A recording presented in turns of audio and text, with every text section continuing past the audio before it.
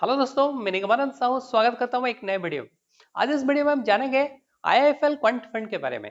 IIFL mutual fund अपना NFO launch किया है, जो कि 8 नवंबर को ओपन हुआ है और ये 22 नवंबर तक चलने वाला है। ये बेसिकली का ओपन एंडेड स्कीम होने वाला है। तो इस वीडियो में हम जानेंगे आईआईएफएल क्वांट फंड के बारे में पूरा डिटेल जानेंगे। इसका इन्वेस्टमेंट ऑब्जेक्टिव क्या होने वाला है, साथ ही साथ इसका क्या स्ट्रेटेजी होने वाला है और इसका फंड फैक्ट जानेंगे और साथ ही साथ जानेंगे इसका प्रोडक्ट सुइटेबिलिटी में डिटेल जानेंगे। तो चलिए शुरू करते हैं आज का वीडियो।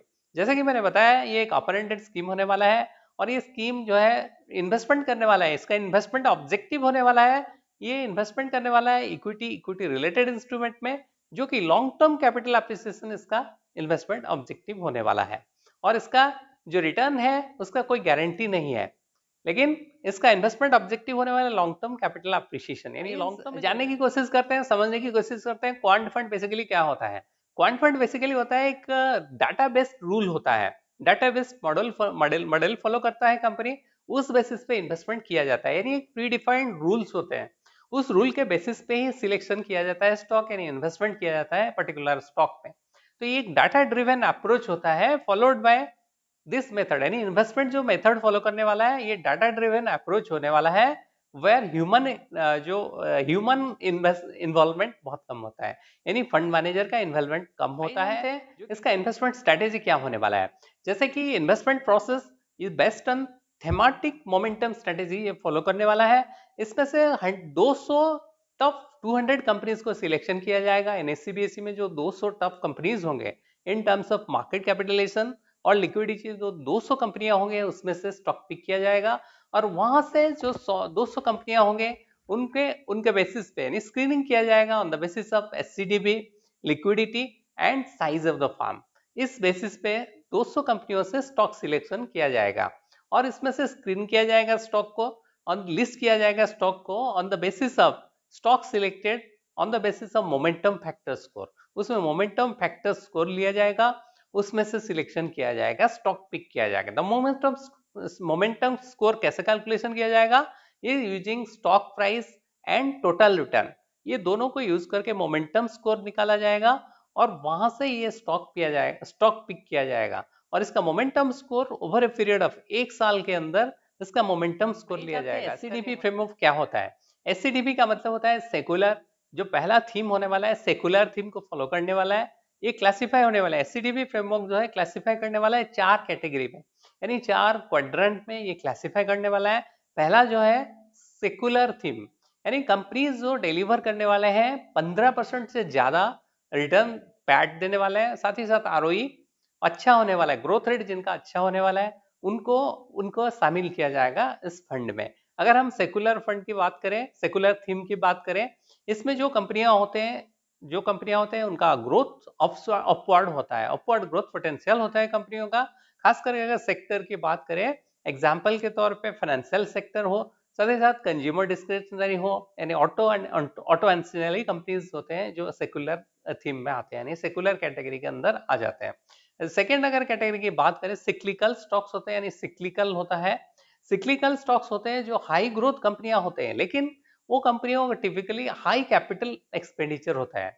इसके चलते उनका लो आरओई होता है, यानी रिटर्न ऑन इक्विटी कम हो जाता है, क्योंकि उनका कैपिटल एक्सपेंडिचर ज्यादा होता है, इसलिए आरओई कम हो जाता है। और इसमें एग्जांपल के तौर पे अगर हम देखें तो इंफ्रास्ट्रक्चर कंपनियां होते हैं जो सिक्लिकल कैटेगरी के अंदर आ जाते हैं, साथ ही साथ लॉजिस्टिक कंपनीज होते हैं और कैपिटल गुड्स के स्टॉक्स होते हैं जो सिक्लिकल स्टॉक के अंदर आ जाते हैं।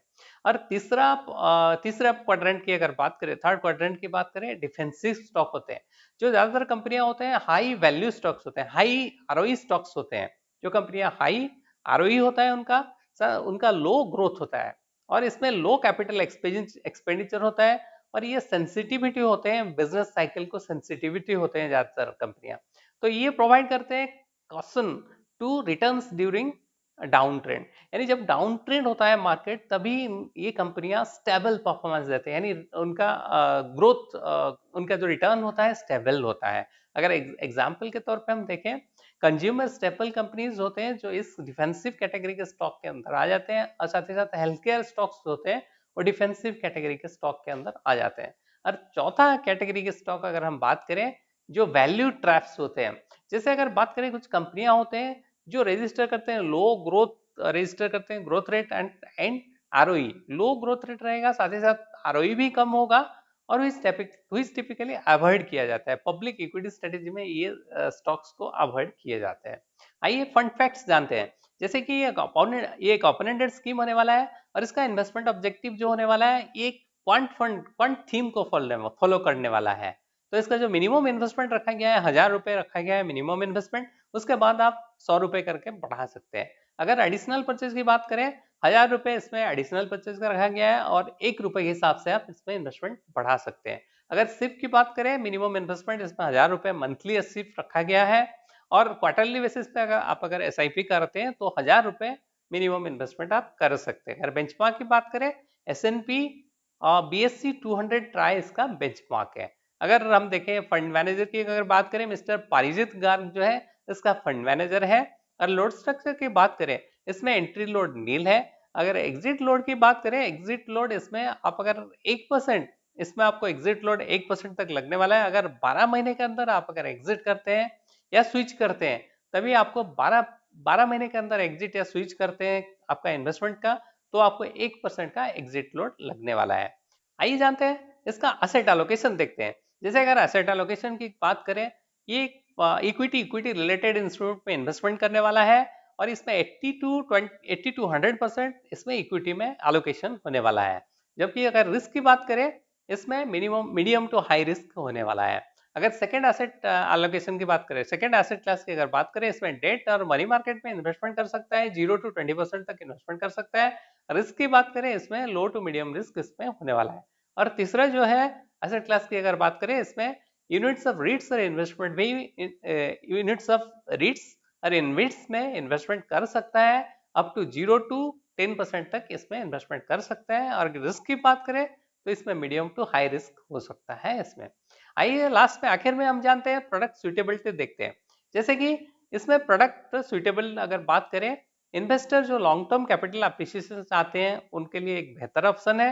इन्वेस्टमेंट, इसका जो इन्वेस्टमेंट होता है इक्विटी रिलेटेड इंस्ट्रूमेंट में इन्वेस्टमेंट होने वाला है, बेस्ड ऑन क्वांट मॉडल में ये इन्वेस्टमेंट करने वाला है। इन्वेस्टर इन्वेस्ट करने से पहले अपना फाइनेंशियल एडवाइजर से एक बार जरूर सलाह लें, और कोई डाउट हो तो प्रोडक्ट सुटेबिलिटी के लिए अपना एडवाइजर से अपना सलाह जरूर लें। ये डिटेल वीडियो है IIFL क्वांट फंड के बारे में। आपको अगर मेरे वीडियो पसंद आया तो लाइक करें, साथ ही साथ मेरे चैनल को सब्सक्राइब करें, और साथ ही साथ आपका फ्रेंड्स और फैमिली मेंबर के साथ शेयर जरूर करें। Thanks for watching the video.